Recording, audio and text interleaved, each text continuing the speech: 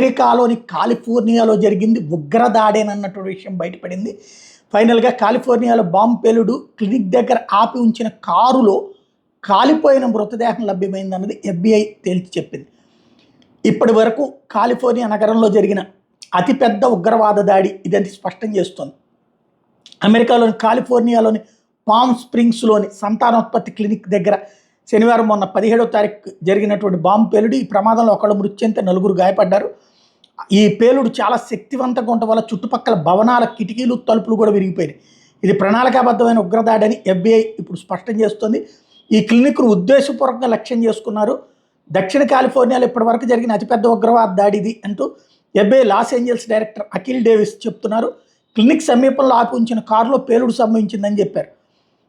సంఘటన తర్వాత కాలిపోయినటువంటి కారు ఇరుసు మాత్రమే అక్కడ దొరికింది. దీంతో పాటు సంఘటన స్థలం నుండి ఒక AK-47 రైఫిల్ని కూడా స్వాధీనం చేసుకున్నారు. ఈ కాలిపోయిన కారు దగ్గర ప్రమాదంలో మరణించిన వ్యక్తి మృతదేహం దొరికింది. ఈ సంఘటనలో ఆ వ్యక్తే ఆత్మాహుతి దాడి ఏమన్నా చేసుకున్నాడా అని అనుమానిస్తున్నారు. ఈ సంఘటన మీద ATF మరియు FBI బృందాలు సంయుక్తంగా దర్యాప్తు చేస్తున్నాయి.